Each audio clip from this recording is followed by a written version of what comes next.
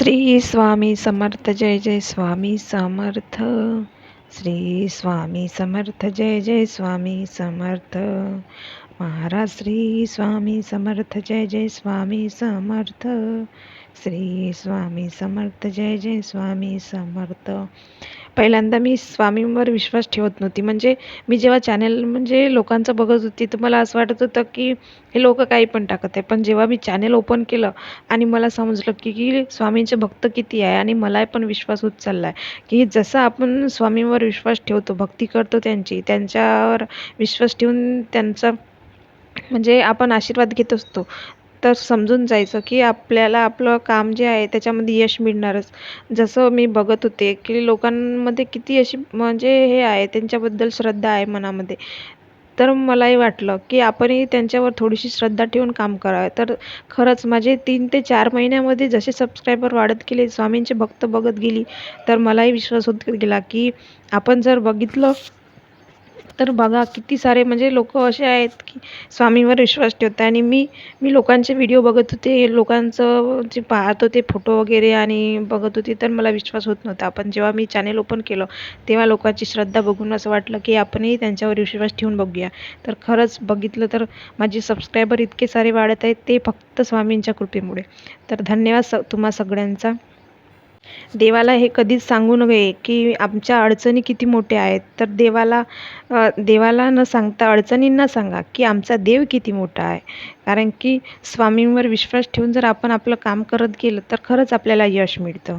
जर तुमच्या आयुष्यामध्ये खूप मोठा संघर्ष करून तुम्हाला यश प्राप्त होत नाही आहे, तर तुम्ही समजून जा की तुमच्या संघर्षामध्ये देव त्यालाच शक्ती देतो ज्याच्यामध्ये संघर्ष करण्याची क्षमता असते. म्हणून स्वतःला नशीबवान समजा आणि संघर्ष करत चला.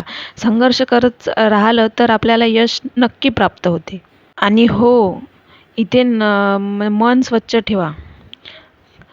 इथे कमाईचा हिशोब नाही होत, तर इथे कर्माचा हिशोब होते.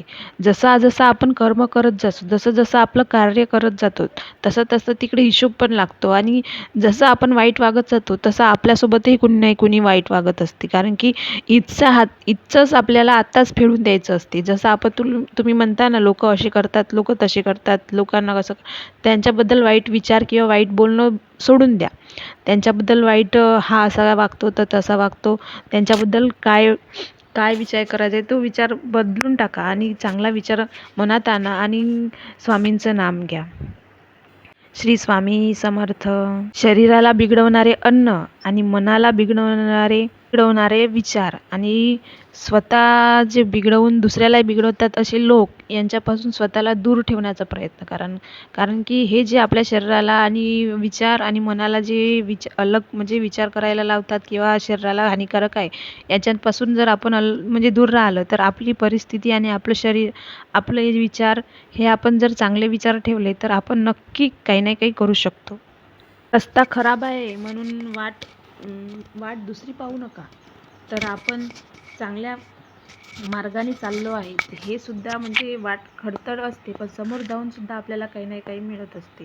म्हणून त्याच रस्त्याने चालण्याचा प्रयत्न करा. असं नाही की समोर काठी आहे ना आपण गेलं नाही पाहिजे, तर ते काठी साफ करत चला. अडचणी येतच असतात आयुष्यामध्ये, त्या अडचणींना मात देत चला. तेव्हाच कुठं आपल्या संघर्षाला यश प्राप्त होईल.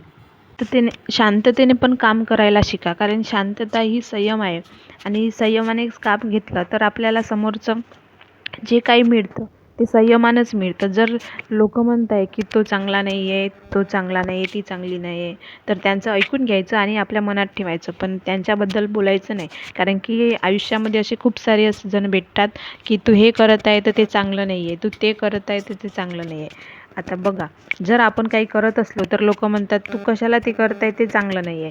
पण ते आपल्या मनाला माहीत आहे की चांगलं काय आणि वाईट काय, तर ते आपण करण्याचा प्रयत्न नक्कीच करत असतो. म्हणून म्हणतात स्वामी, भिवू नको, मी तुझ्या पाठीशी आहे. आपला प्रयत्न चालू ठेवा. प्रयत्न करत राहिला तर आपल्या प्रयत्नाला यश नक्की मिळते. श्री स्वामी समर्थ. श्री स्वामी समर्थ. चला भेटूया नेक्स्ट व्हिडिओ.